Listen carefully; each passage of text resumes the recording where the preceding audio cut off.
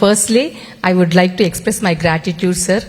For what purpose అంటే never ever dreamed opportunity sir ఇది మాకు. అందుకోసమే I would like to express my gratitude. And then after visiting the Singapore exposure visit sir, there I was very much impressed and interested in teacher recruitment, teacher training and grading of teachers sir. అక్కడ grading of teachers actually teacher recruitment అనేది అక్కడ చాలా tough sir. Top 30% of graduates ని మాత్రమే teachers గా recruit చేసుకుంటారు. మంది ఇంకా టఫ్ తల్లి. మొన్న ఎగ్జామ్ లో ఎంతమంది రాశారో నాకు తెలుసు, ఎంతమందికి వచ్చిందో తెలుసు. ఐ థింక్ మంది మటుకు ఎవరు బీట్ చేయలేరు అనుకుంటా సార్. ఈ దీనికి ఏముందంటే ఇంకా వాళ్ళకి ప్రీ సర్వీస్ ట్రైనింగ్స్ ఉన్నాయి సార్, అండ్ అప్గ్రేడేషన్ ట్రైనింగ్స్ కూడా సార్. అంటే ఎవ్రీ లెవెల్లో ఒక టీచర్ ఒక పొజిషన్ నుంచి ఇంకో టీచర్ కి అప్గ్రేడ్ అవుతున్నప్పుడు అక్కడ కూడా వాళ్ళకి ట్రైనింగ్ 6 months ట్రైనింగ్స్ ఉన్నాయి సార్. ఈ ప్రీ సర్వీస్ ట్రైనింగ్ అనేది మన రీసెంట్ గా 2025-26 డిఎస్సి అప్పుడు స్టార్ట్ చేశాం సార్. నేను అక్కడ వెన్యూ కోఆర్డినేటర్ గా ఉన్నాను. అప్పుడు నేను ఏం అబ్జర్వ్ చేశానంటే ట్రైనింగ్ స్టార్ట్ అయినప్పుడు పార్టిసిపెంట్స్ వచ్చినప్పుడు వాళ్ళు ఫీలింగ్ ఎలా ఉందంటే బిఎడ్ ట్రైనింగ్ చేశాము, మళ్ళీ మాకు ఇది అవసరమా అని చాలా ఎక్స్ప్రెషన్స్ తో వచ్చారు సార్. బట్ లాస్ట్ డే వాళ్ళ ఒపీనియన్ అంతా చేంజ్ సార్. ఒక కాన్ఫిడెన్స్ వచ్చింది, మేము ప్రాక్టికల్ అండ్ సైకలాజికల్ ఎక్స్పీరియన్స్ తోటి మేము క్లాస్కి వెళ్ళగలమని. ఎందుకంటే ఆ ట్రైనింగ్లో లీప్ కానివ్వండి, అసెస్మెంట్స్ గురించి కానివ్వండి, బుక్లెట్స్, అలాగే వాళ్ళ stage syllabus, academic calendar, everything వాళ్ళకి prior entering into the profession they came to know, కాబట్టి వాళ్ళకి అక్కడ వర్క్ ఈజీ అవుతుంది. సో ఐ రిక్వెస్ట్ సార్, ఈ ప్రీ సర్వీస్ ట్రైనింగ్స్ అనేవి ఉండాలని కోరుకుంటున్నాను. And next grading sir. గ్రేడింగ్కి వచ్చినప్పటికీ teachers they are graded sir. అంటే వాళ్ళకి ఏమైనా పర్క్స్ ఇవ్వాలి అంటే that may be the transfers కావచ్చు, ప్రమోషన్స్ కావచ్చు, అప్గ్రేడింగ్ కావచ్చు, అది ఇవ్వాలి అంటే teachers are graded sir. Every academic year అక్కడ లోకల్గా ఉండే ప్రిన్సిపల్, ఆ స్కూల్ ప్రిన్సిపల్ గ్రేడ్ చేస్తారు సార్ టీచర్స్ని.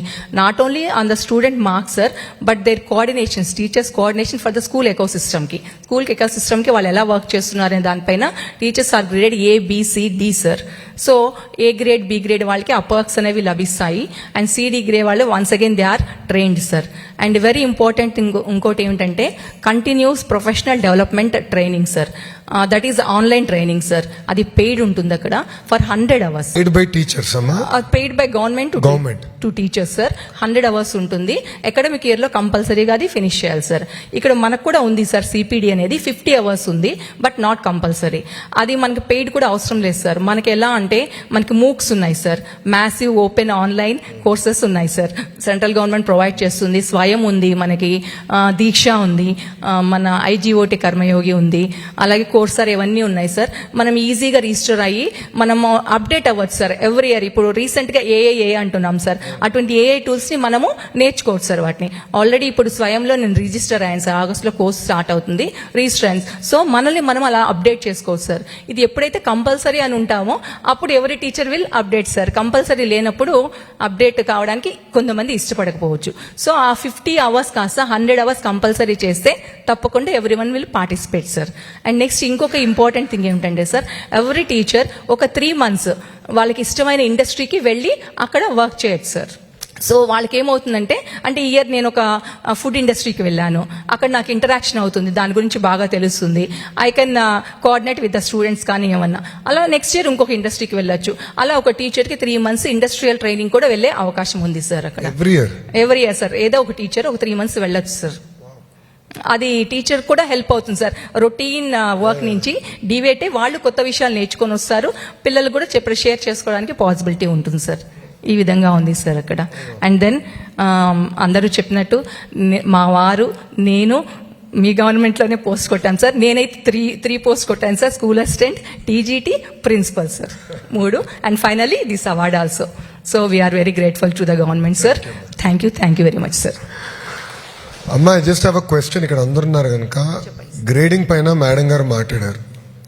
గ్రేడింగ్ని మనము బయటికి అనౌన్స్ చేయకుండా ఇంటర్నల్గా బేస్డ్ ఆన్ స్టూడెంట్ పర్ఫార్మెన్స్ ఇవన్నీ తీసుకొని న్యాచురల్గా గ్రేడ్ చేసి పర్ఫార్మెన్స్ ఇంప్రూవ్మెంట్ ప్రోగ్రామ్, అంటే ఇప్పుడు సపోజ్ లోకేష్ ఉన్నాడు, లోకేష్ D కేటగిరీకి వచ్చాడు. ఏ కేటగిరీ టీచర్ మెంటరింగ్ చేసేదాడు అట్ ది క్లస్టర్ కాంప్లెక్స్. అదైనా వర్కౌట్ అవుతుందా మన దగ్గర?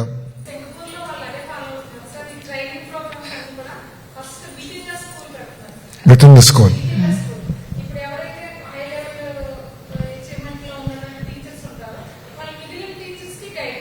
First level of training. Then next go to the cluster level. ఆ క్లస్టర్ లెవెల్ వెళ్ళినప్పుడు కూడా who are leading the training, those teachers only sent to the Cluster. level. So only needy people are sent. అదే sir. అందరినీ పంపించకుండా so అందరినీ 100 గంటలు mandatory చేసి ఎవరైతే improvement కావాలో వాళ్ళని పంపిస్తారు. Not all sir, not all, only the required once, only the required once. దానివల్ల ఏమవుతుందంటే మిగిలిన వాళ్ళు స్కూల్లో అది ఎవరో వాళ్ళ పని. and the next third stage లో వాళ్ళు నేషనల్ లెవెల్ లో whatever the new innovation is come out, then under the new innovation మీద వీళ్ళకి teachers కి ట్రైనింగ్ ఇస్తారు, then they post to the students. అది 3 లెవెల్. ఇప్పుడు జనరల్ గా వాళ్ళు ఏంటంటే జనరల్ వర్కింగ్ అవర్స్ లో కాకుండా నాన్ వర్కింగ్ అవర్స్ అది కూడా మీకు క్వశ్చన్ చేయడం జరిగింది. స్కూల్ అవర్స్ లో ట్రైనింగ్ పెడతారా లేదా non school hours? General within school అయితే స్కూల్ అవర్స్ లోనే పెడతారు, టైం టేబుల్ సెట్ చేసుకుంటారు. ఆ టైం టేబుల్ ఆ టీచర్ చెప్పేటప్పుడు మిగిలిన వాళ్ళ టైం చూసుకుని వీళ్ళు అబ్జర్వేషన్ చేసుకునేలా చూస్తారు.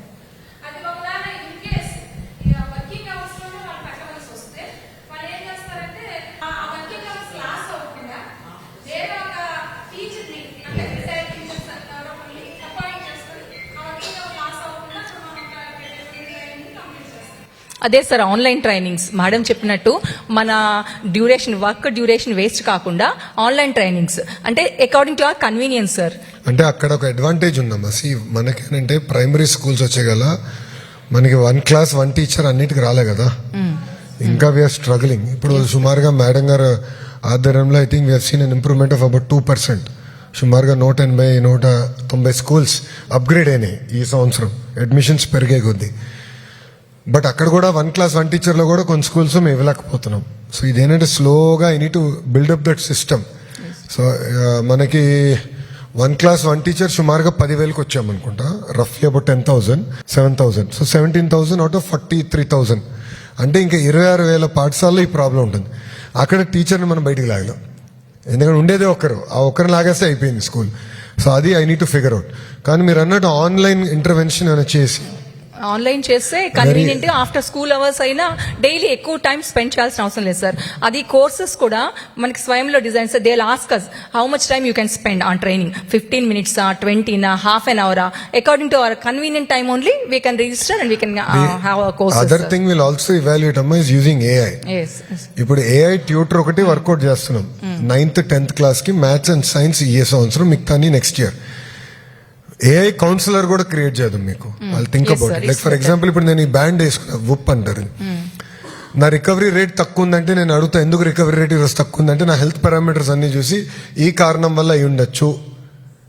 So suggestive improvement on suggestion, now technology is coming there. So మీ పిల్లలు ఉన్న డేటా అంతా ఇప్పుడు ఎస్ఏలు ఎఫ్ఏలు మీరు ఎక్కువ లీప్లో అప్లోడ్ చేస్తారు కదా, మీరంతా అప్లోడ్ చేస్తున్నారు కనుక ఒక ఐడియా వచ్చేస్తుంది డేటా సెట్. దాన్ని బట్టి మీకు గైడెన్స్, హ్యాండ్ హోల్డింగ్ మెరుగైన పెట్టి ఈ కోర్స్ చేస్తే బాగుంటుంది అన్న సజెస్టివ్ గా విల్ థింక్ అబౌట్ ఇట్. మాకు లెఫ్ట్ ఓవర్ సీట్స్, మా స్కూల్లో 4 seats ఉంటే రీసెంట్ గా we conduct entrance test sir. ఆ 4 seats కి 78 members అప్లై చేశారు సార్. ఎమ్మెల్యే గారు లెటర్ తెచ్చి ఇస్తారా లేదా అని కూర్చున్నారు. No recommendations. That's what I'm very clear. We said తప్పదు అంటే ఎక్కడ గీత గీయాలి కదమ్మా. Sir but improvement we have seen a lot sir regarding the admissions in our government schools. No, we should make our model the best model. Sure sir. Thank Thank you, you sir. Jai Hind. Thank you very much. నా పేరు doctor N Subrahmanya Sharma. నేను శ్రీకాళహస్తి మండలం ముచ్చువోలు ఉన్నత పాఠశాలలో physical science school అసిస్టెంట్గా పనిచేస్తున్నాను sir. Sir అందరి తరపున మమ్మల్ని అందరినీ కూడా సింగపూర్ అధ్యయన యాత్రకు పంపించినందుకు గవర్నమెంట్కి ప్రత్యేకంగా మీకు మా ధన్యవాదాలు సార్. నేను సింగపూర్ పర్యటనలో assessment procedure in Singapore study చేయడం జరిగింది సార్. అక్కడ అకాడమిక్ ఇయర్ని 4 termsగా తీసుకుంటున్నారు సార్. అంటే ఈచ్ టర్మ్ 10 weeks ఉంటుంది sir. All together 40 weeks in a year. So ప్రతి టర్మ్లో కూడా వాళ్ళు ప్రైమరీ సెకండరీ లెవెల్లో ఒక స్మాల్ స్లిప్ టెస్ట్ను ప్రతి సబ్జెక్ట్లో కూడా కండక్ట్ చేస్తున్నారు సార్. అంటే ఎగ్జామినేషన్ ప్రెషర్ పెద్దగా లేకుండా slip test slip test sir. ఎన్ని ప్రశ్నలు అడుగుతారు అంటే ఆ స్లిప్ టెస్ట్ అనేటువంటిది కేవలం రిటన్ టెస్టే కాకుండా ఓవరాల్ గా కూడా ప్రైమరీ స్టూడెంట్స్కి అయితే ఓవరాల్ గా కూడా కండక్ట్ చేస్తున్నారు. ఇంకా డిబేట్స్ ఫామ్ లో కండక్ట్ చేస్తున్నారు, క్విజ్ ఫామ్ లో కూడా కండక్ట్ చేస్తున్నారు సార్. ఇక ప్రైమరీ స్టూడెంట్స్కి వచ్చేటప్పటికి మిడ్ ఇయర్ ఎగ్జామ్స్ని తీసేశారు సార్ వాళ్ళు. ఇంతకుముందు వాళ్ళకి 2 సమ్మేటివ్ అసెస్మెంట్స్ ఉన్నాయి. ఈ మిడ్ ఇయర్ అసెస్మెంట్ని ప్రైమరీ స్టూడెంట్స్కి తీసేశారు సార్. ఓన్లీ ఫర్ సెకండరీ స్టూడెంట్స్కి మాత్రం అట్ ది ఇయర్ ఆఫ్ ఎండ్లో ఒక ఎగ్జామ్ ఉంటుంది సార్. అది ప్రైమరీకి సెకండరీకి ఇద్దరికి ఉంటుంది. టోటల్ ఆ ఇయర్ పెర్ఫార్మెన్స్ని ఆ ఎగ్జామ్ ద్వారానే అసెస్ చేస్తున్నారు సార్. ఇంతకుముందు ఒక విషయం వచ్చింది సార్, అంటే అదేంటంటే ప్రైమరీ స్కూల్ లీవింగ్ ఎగ్జామినేషన్ అని చెప్పారు.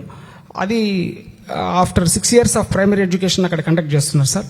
మనం కూడా ఇక్కడ 5 years అయిన తర్వాత అంటే అది ఒక ప్రెషర్గా భావించకుండా దాన్ని ప్రమోషన్కి తీసుకోకుండా కేవలం లెర్నింగ్ అవుట్కమ్స్ని రీచ్ అయ్యామా లేదా, ఒకవేళ రీచ్ కాకుండా ఉంటే రెమెడియల్ ప్రోగ్రామ్ చేసేదానికి కానీ లేదా బ్రిడ్జ్ కోర్స్ ఏదైనా కండక్ట్ చేసేదానికి కానీ తీసుకుంటే బాగుంటుంది అనేటువంటిది నా అభిప్రాయం సార్.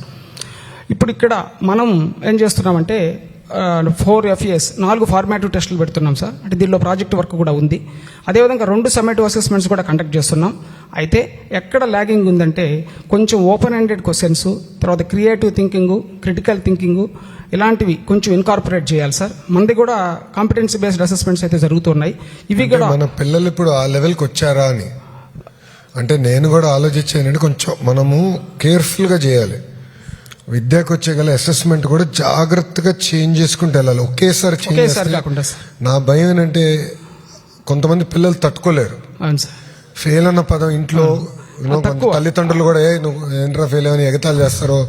లేదంటే అక్క చెల్లెళ్ళు అన్నదమ్ముళ్ళు ఉంటారు, లేదంటే మిత్రులు ఉంటారు. ఆ ఇబ్బంది, ఆ భయం ఉంది. అందుకే స్లోగా నేను ఎవ్రీ ఇయర్ 1% 2% చేంజ్ చేసుకుంటూ వెళ్తే 10 years మొత్తం ట్రాన్స్ఫర్మేషన్ అదే అవుతుంది. అప్పుడు మన గవర్నమెంట్ స్కూల్లో చదివే పిల్లలు కూడా ఈ కాంపిటీషన్ ఎగ్జామ్స్ ని సమర్థవంతంగా ఎదుర్కోగలరు సార్. తర్వాత అక్కడ ఇంకో గమనించినటువంటి ముఖ్యమైన విషయం ఏంటంటే ఈ PSLE ఎగ్జామ్ బేస్ చేసుకుని సెకండరీ ఎడ్యుకేషన్లో స్కూల్ని ఎంపిక చేసుకుంటారు. దాంతో పాటు సార్ సబ్జెక్ట్ బేస్డ్ బ్యాండింగ్ అని ఉంది సార్. SBB అంటున్నారు.